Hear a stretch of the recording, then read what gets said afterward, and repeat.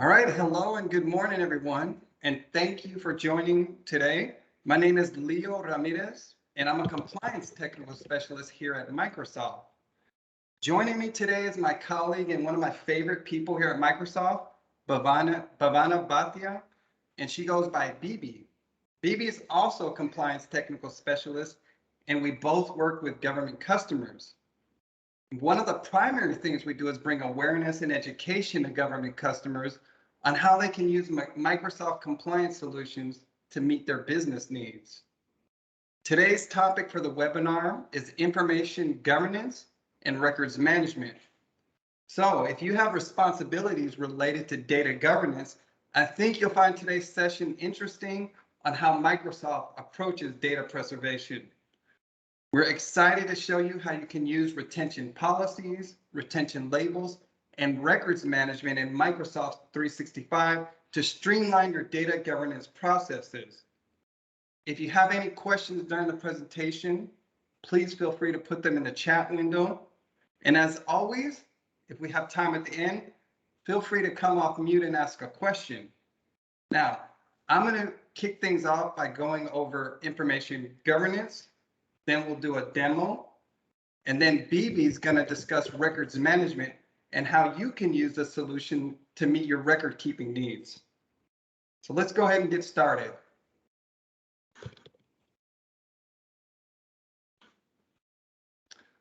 So if you've been joining the previous webinars in this series, we've covered the topics you see on the screen.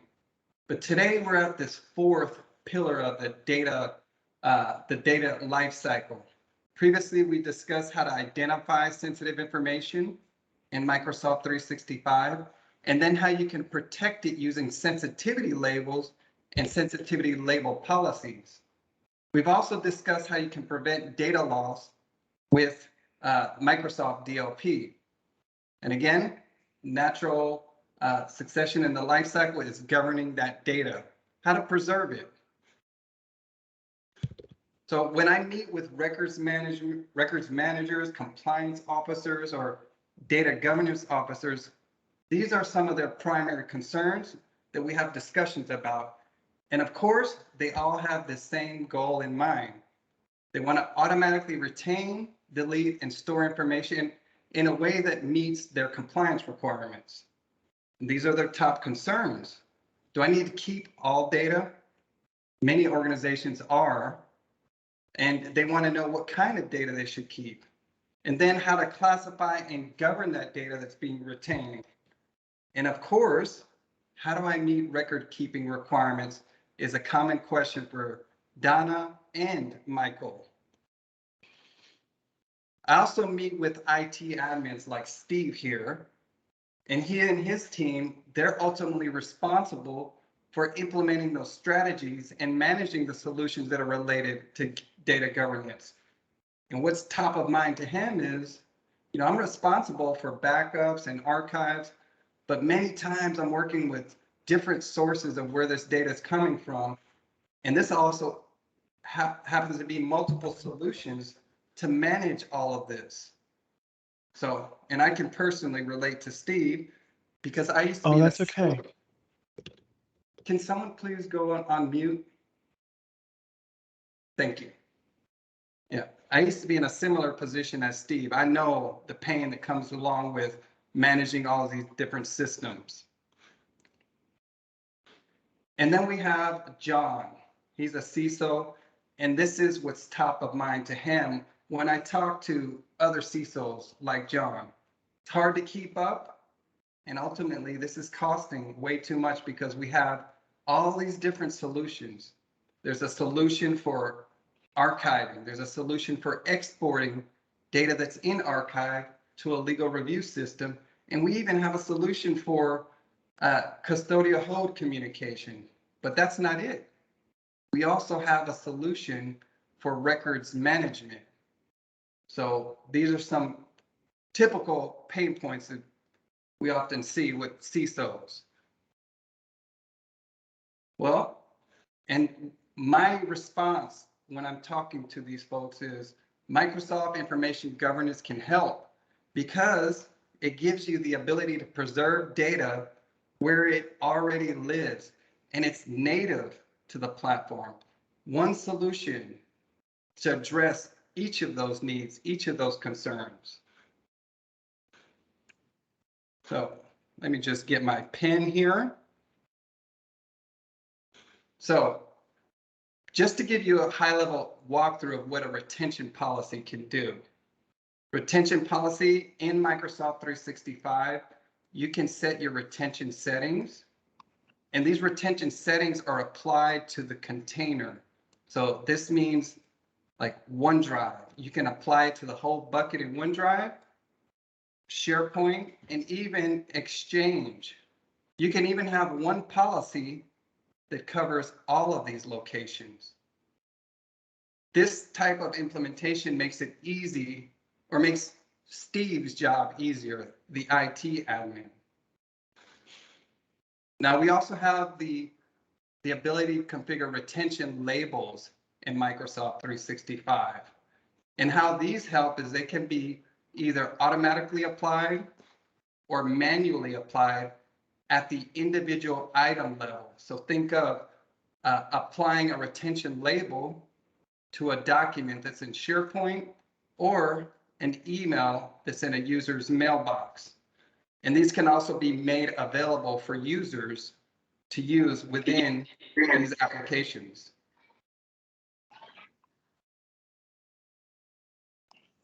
All right, and here's some common scenarios that I want to bring to your attention. So for example, if you want to set retention and deletion actions by service, such as Exchange, SharePoint, or OneDrive, you're going to want to use a retention policy. However, if you want to let admins or users manually apply these retention or deletion actions for documents and emails, then you're going to want to go with retention labels. And you can certainly have options for both. And then lastly, if you want to do this automatically at the item level based on whether or not it's sensitive information or you're looking for a keyword that you want to ensure that those documents and those emails are automatically retained for a specified period, this is another good option for using a retention label. All right, now that we have those key concepts down, let's dig in and see how it works in Microsoft 365. Let's go into the demo. All right. So you can get to retention labels and retention policies by browsing to compliance.microsoft.com. You'll come down to the catalog, the solutions catalog, and it's going to bring you right away to the information protection and governance pillar. Going over towards the middle, there's the information governance solution. And this is where retention policies and retention labels are configured. In terms of permissions, the required permissions that you need to have in order to access this solution and configure those policies, you need to be either a compliance administrator or you need to be a member of the compliance data administrator role group. Now, most of what you're going to see today in this demo, many of you are already licensed for G3, but I already know somebody's probably asking, what license do I need for some of those other things? Let me just quickly show you this slide, blow it up. So for records management that BB will be covering shortly, you will need to have some form of G5. You'll either need to have the add-on, which is this information protection and governance, G5, or the all-up Microsoft E5 compliance license.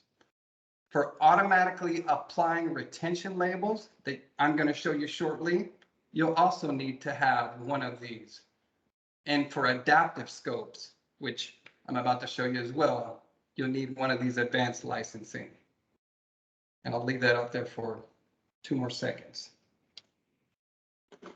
All right, going back to information governance, let's start at retention policies. So again, I already have some policies configured for different purposes, but let's walk through creating a new retention policy.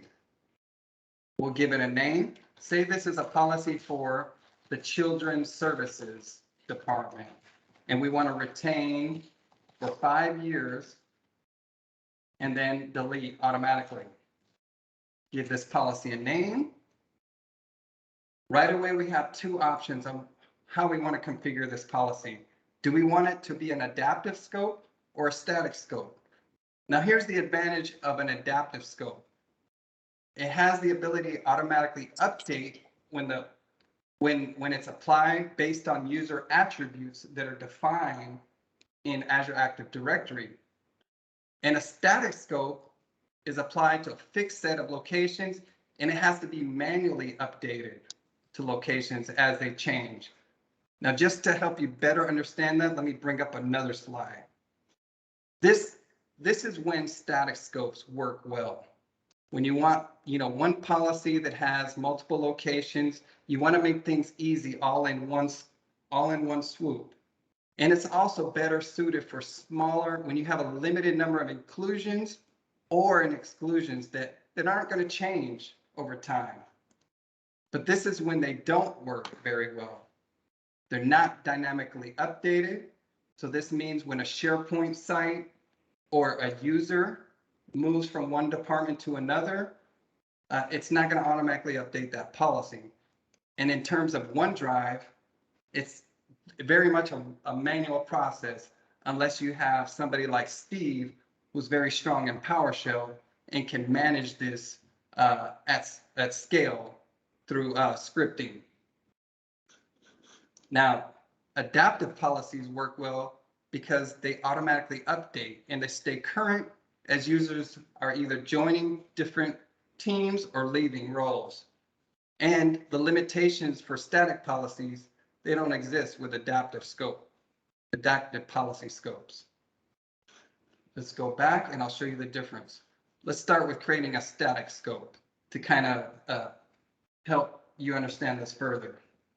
So when you create a static scope, you have the options to choose based on location, like SharePoint, Exchange, OneDrive, Teams, Yammer. You can choose your users and groups that you want this to apply to. You can also choose the SharePoint site, but notice there's nothing here. You have to know the URL for the SharePoint site.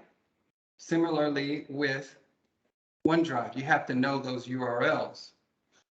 Now, if we go back and we choose adaptive scope,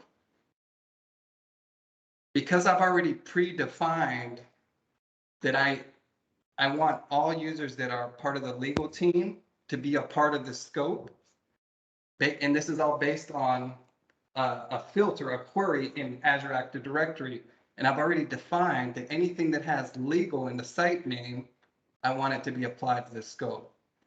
When I add these to the policy, I don't have to manually choose my options. I don't have to manually scope. This makes the process a lot easier. Let's go next. This is where we decide how we want to retain content, delete it, or maybe even both. Some of the settings include for retaining for a specific period. We have some default settings for 5, 7, or 10 years, but you can also customize this. Maybe you want this 3 years, or I mentioned earlier, this is going to be a 5-year policy. You can even do this policy in terms of days. And you can decide when you want the retention period to be based on when the item was created or when it was last modified. This is always a big question for data governance officers, whether or not they have this capability. You can also decide whether you want to delete items automatically after this retention period, or maybe you just want to do nothing and just let it stay retained. Or you can retain items forever and they'll never be deleted. We even have options for deleting a policy, for deleting items. There's no retention actions. It's just deleted after a specific time period that you define. And whether or not when that item was created or modified. Clicking next will complete the wizard, and it'll start applying to the content and scope that you've configured the policy for. Going over to adaptive scopes just really quick. This is where you can create the scope. We'll give this one a name. We'll say Children's Services. And here's where I can choose what type of scope I want this to be. If I wanted to apply to users, SharePoint sites, or even Microsoft 365 groups. I'm going to choose users. And here I can say, if there's any user that's in the department that equals Children's Services, apply this, add them to this scope. If you're a guru and know KQL and OPath query, you can write an OPath query to even add further attributes. We can go back just to show you that this is super easy to configure. So SharePoint sites, you add the property. It could be the site name or the URL. Once you complete that process, it becomes available to choose in retention policies and retention labels. And just to kind of recap here, retention policies are invisible to the user. The user never sees this. This is all going on in the back end. And ultimately, it's also making Steve's job a lot easier because he doesn't have to worry about all these different sources. He has those covered in one bucket. Now let's talk about retention labels. Labels are, remember, these can be applied to items like emails, specific emails, or files in SharePoint or OneDrive. Creating a label is a lot like the process of creating a retention policy. Simply give it a name that's easy, something that defines it for the user. For your retention label,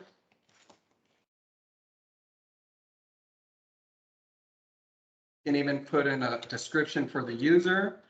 Use this label when you need to keep items for 4 years per. Same settings that we saw for retention policy. For retention, defining the retention period, when the retention period starts, and delete items automatically.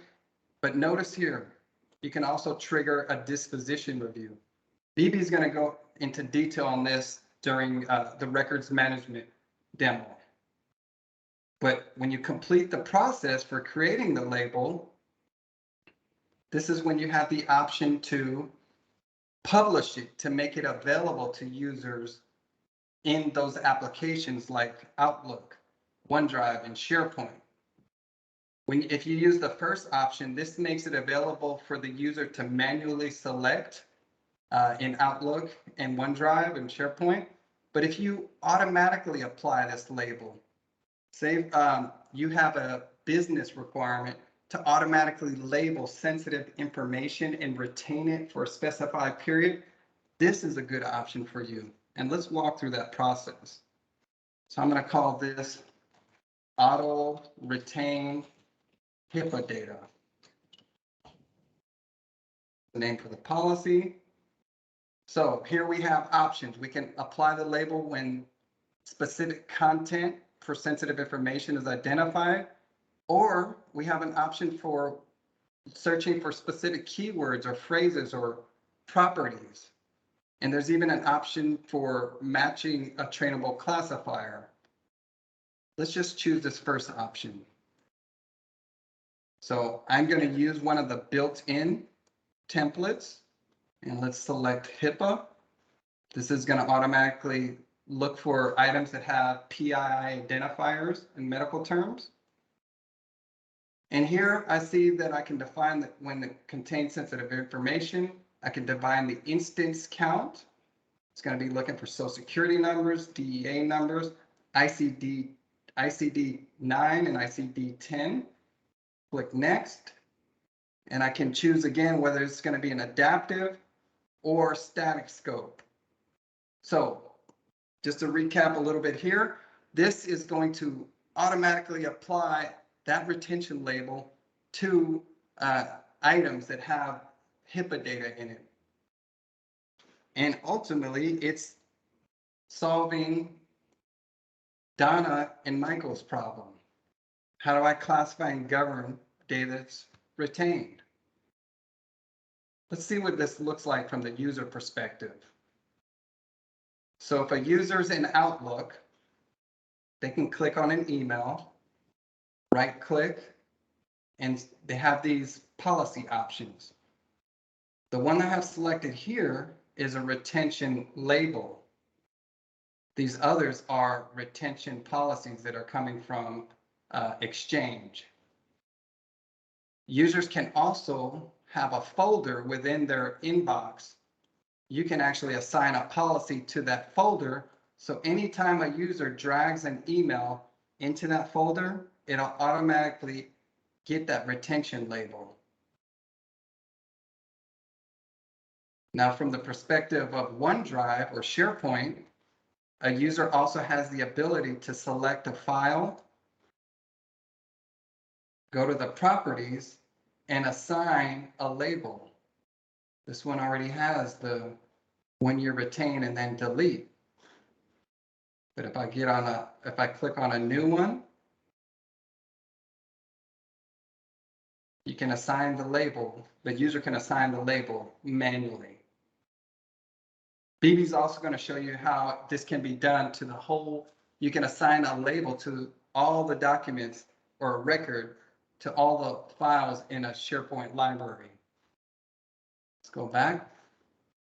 So we've covered retention policies, retention labels, retention label policies. Let's go over to this import. So if an IT admin like Steve needs to import PST files, he can create a job, run through this wizard, and he has two options. He can either upload the data and map those PST files to mailboxes, or can ship a hard drive to one of Microsoft's physical locations. Something else, another capability within information governance is archiving. Now, this is in-place archiving. This option, configuring this option here, gives users the ability to have an archive mailbox within their Outlook. This is the primary mailbox. This is the archive mailbox. User can drag and drop emails to this online archive, but also policies can be configured in Exchange to automate that process. Again, saving money because a separate archive system is not needed, and helping Steve because he doesn't have to manage another solution. It's all built in to Microsoft 365. One last thing I want to show you before I hand it off to BB. If you need to import third-party data, we also have data connectors. So if you have instant messaging platforms that you're using like WhatsApp, Zoom, Facebook, LinkedIn, SMS platforms that you need to retain, we also have these connectors that make those a reality for you. So I'll now hand it over to BB, who's going to cover records management. Thank you so much for that overview session. Let me now share my screen. Is everybody able to see my screen? Yes. Okay, yes. Thank you. So first, let's talk about what is records management. Records management is all about maintaining the evidence of the business activities and transactions. Organizations have to identify and capture the business decisions that are being made on chats or on email or many other different ways in which people are communicating today. Then you may also have to preserve the content and ensure that it is not editable during its life cycle, and then dispose it properly with appropriate evidence down the road. Now, for governing the broad organizational data, Leo already showed you how you can leverage information governance features like retention labels and retention policies. Now, to manage this high value content, Microsoft 365 Records Management provides specialized workflows so you can meet your legal or regulatory record keeping obligations. Examples of records are employee and hiring records or contracts, financial records, tax records, and so on. And state and local governments may also have additional records for public information like court records or budget records, administrative policy records, records for various studies, as well as reports. Now, in today's world where organizations are moving to the cloud and have embarked on a journey of digital transformation, there are some unique challenges presented around records management. Firstly, when you move to the cloud, the volume of information is ever increasing because users are using multiple collaboration systems like Exchange Online, SharePoint, OneDrive for Business, and even Teams. If organizations are using legacy or traditional records management solutions, it can be very complex to manage these kind of records. The second challenge is, for years, we have been relying on end users to correctly categorize the records and store them in the right location. Now, this process can lead to inconsistency and user error. Also, if organizations have a records management system which is different from their collaboration system, then your information workers may have to move the records to that system, which can often lead to records being lost. Now, on top of that, you may have to manually categorize records with a ton of metadata around it, which may get hard for information workers to do. And lastly, there are so many new regulations that are coming up, and also the existing regulations are getting updated frequently. So it might get quite overwhelming to keep up with the records management updates from various regulations. To overcome these challenges, records management in Microsoft 365 helps organizations reduce the complexity of meeting their legal and regulatory obligations. Now, there are three key aspects of our records management solution. The first one here is that our records management solution is built in right into the productivity tools that your users are using every day. Records management is effective when you do it right where you're collaborating and in the tools that your information workers are already familiar with. Our record management capabilities helps organization to seamlessly classify, retain, as well as manage the records according to the retention schedule. It also enforces immutability at the storage level without compromising any end user productivity or data security. Secondly, relying on users to manually classify records may not be a scalable solution because data is exponentially growing within organizations. So you can now leverage our artificial intelligence and machine learning capabilities to automatically apply record labels, and you can scale records management to your dark unstructured data as well. And the third pillar here helps you defensively respond to your compliance and legal obligations. We provide disposition workflows so that reviewers can review the records at the end of the retention schedule before permanently disposing it off. And once data is disposed, you can get proof of disposal for records for up to 7 years. Actions that are performed by records managers, employees, as well as IT staff will be recorded in Microsoft 365 audit logs. Once you have classified your content as records, e-discovery process of records can also be simplified by targeting your searches only to those records. Again, even e-discovery is built right into Microsoft 365. So you don't have to worry about moving the records to separate locations. Now let's take a look at the demo for records management. Let's log into Compliance Center and then click on Records Management. Compliance administrators and records manager role groups can perform records management. I am currently logged in as a compliance administrator. The first step towards records management is to identify applicable regulations, define your data categories or labels, and then define the retention schedule. Now, many organizations already know which regulations they need to meet, but they don't know how to translate those regulations to a retention schedule. So for that, you can use Compliance Manager, and you can use this as a guidance to help define your records and the retention schedule. So example here, I am in the IRS Revenue Procedure Regulation Assessment template. It tells what kind of content should be retained and for how many years it should be retained.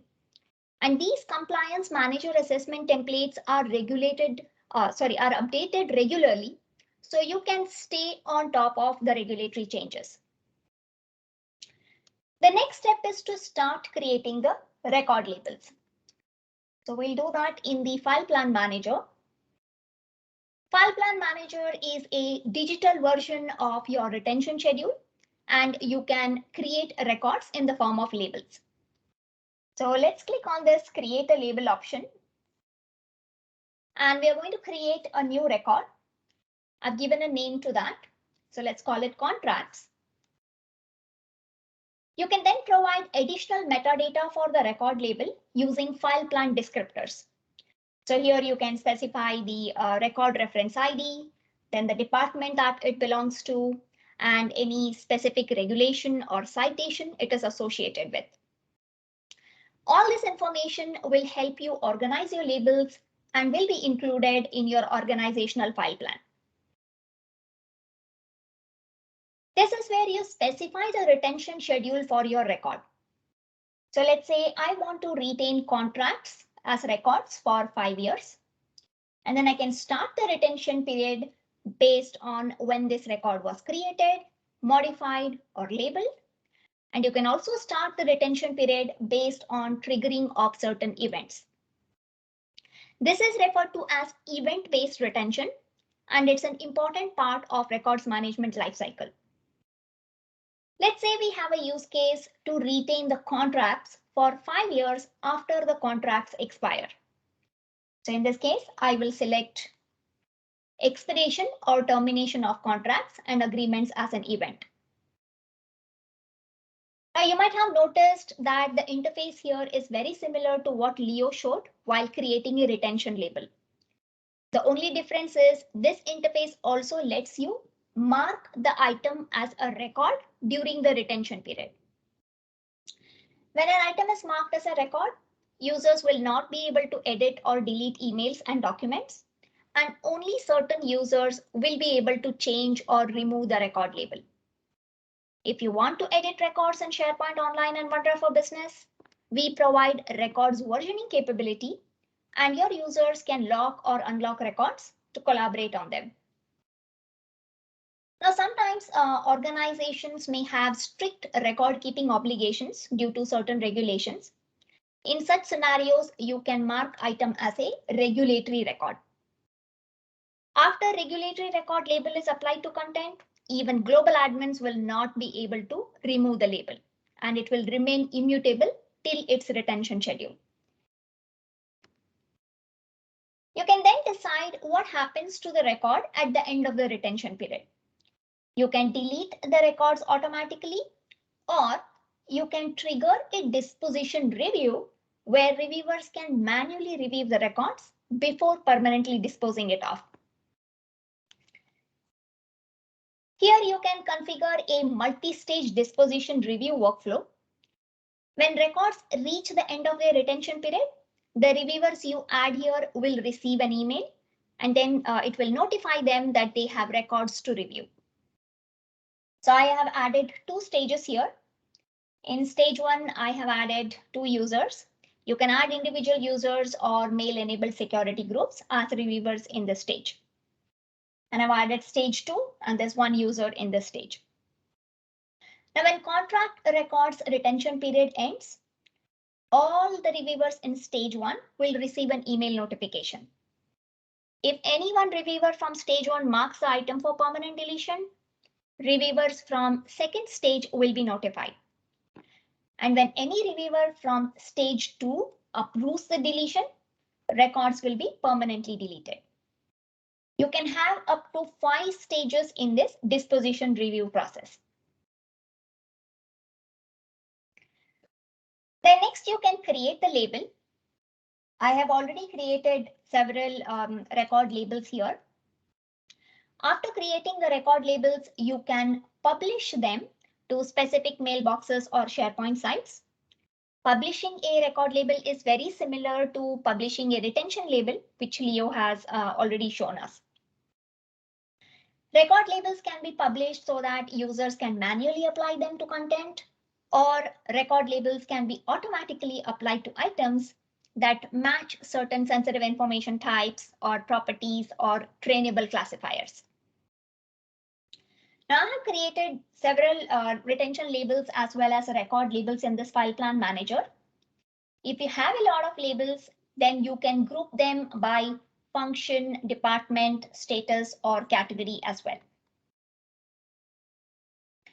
If you're using a legacy or on-prem records management solution, and if you're planning to move to Microsoft 365 records management solution, you can easily import your existing file plan into the file plan manager and automatically create the record labels. You can also export your file plan manager if you want to share it with your auditors. I had earlier mentioned that a retention period of a record can be triggered based on an event. Here, you can manually create events that will trigger the retention period on certain emails or SharePoint sites based on keywords or asset IDs. You can also manage event types for your organization. Examples of event types are contract expiration or user termination, and so on. If you don't want to manually create events one by one, then you can also use Power Automate and integrate it with your HR systems or other organizational systems to fetch employee termination dates and automatically create the events here. The records manager can see all pending records for disposition and also all disposed records under this disposition tab. Records that are configured with disposition review are shown as pending disposition, and records that are configured to be automatically deleted without any disposition review are shown under the records disposed tab. In both the disposition types, we provide proof of disposal, and you can see the log of disposed items for 7 years. Now that we have seen the administrator's point of view, let's see how this information worker called Megan can work with the records. So let's go to Megan's PC. So Megan works with records, and her organization has created a SharePoint site for storing the records. She can upload the content into this SharePoint document library and manually tag items as records. So let's select a document over here. And if I scroll to my right, there's an apply a label option, and I can choose the record labels that I want to apply. So I have applied the finance record label here.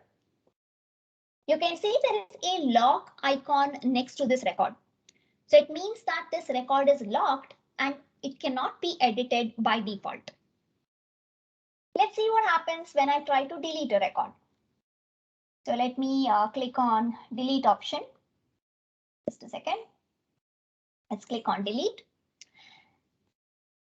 And you can see that once an item is marked as a record, it cannot be deleted and the record label cannot be removed. only the container admin can remove the record labels.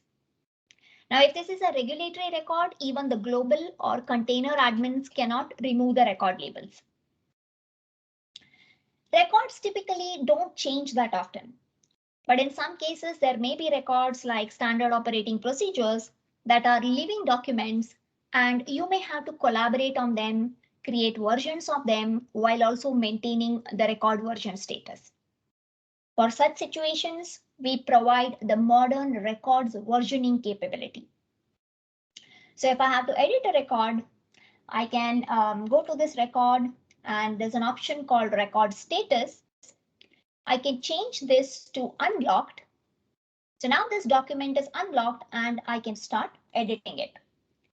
So I can open this document. You can see editing is enabled on this record now. You can make the changes. And once you're done making the changes, go back and mark the record status as locked. Now, let's check the version history. Here we can find all the document versions and also all the record versions. Record versions will be marked with the comments record. If you want strict records immutability capabilities and don't want to take advantage of records versioning, then your compliance administrators can turn this feature off. Manually tagging content as records may not be scalable. So in such situation, your information workers can go to the SharePoint document library settings, and then they can automatically apply record labels to items in this document library.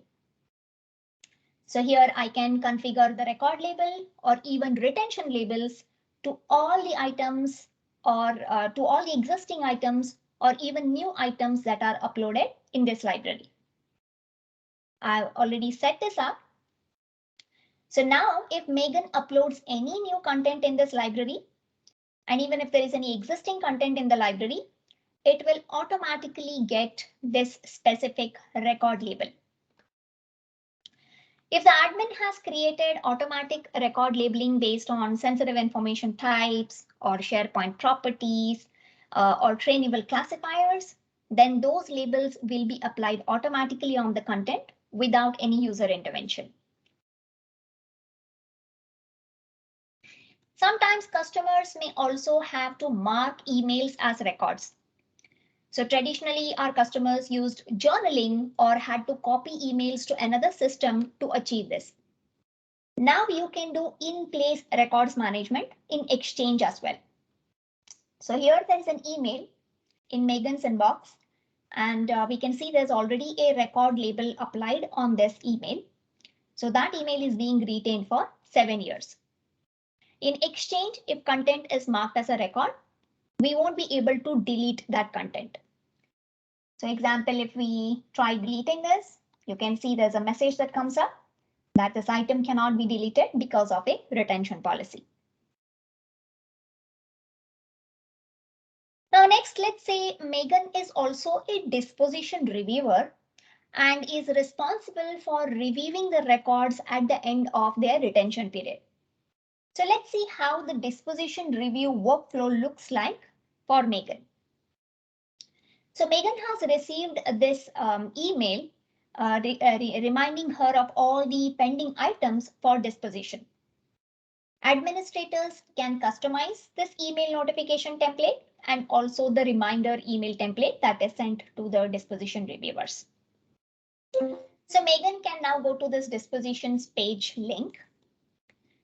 And here she will see all the pending dispositions that are assigned to her. Let's wait for this page to load. So you will now see there are 2 items that are pending for her disposition review. She can also click on these records and check the content of the record. So the content will show up on the right hand side here. And then she can also take certain actions. So if she approves the disposal, the disposition workflow proceeds to the next stage and reviewers from next stage will be notified. She can also relabel the content with a different label or extend the retention period of the record so you can prevent its permanent disposal. If she wants to take a second opinion in this review stage, she can also add additional reviewers into the stage. All the disposed records will be shown in the disposed items tab, and it will be available as proof of records for 7 years.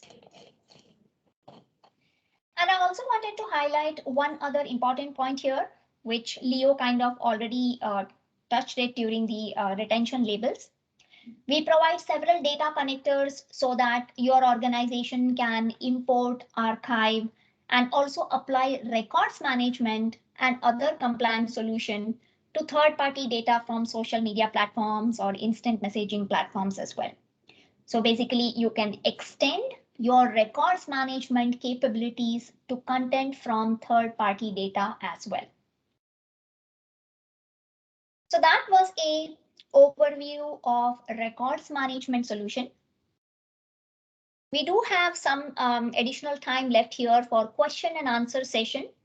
So if anybody has any questions related to information governance or records management capabilities that we discussed today, I and Leo are happy to answer them. Thank you so much, Vijay. That was great. Feel free. Any questions, we're happy to answer.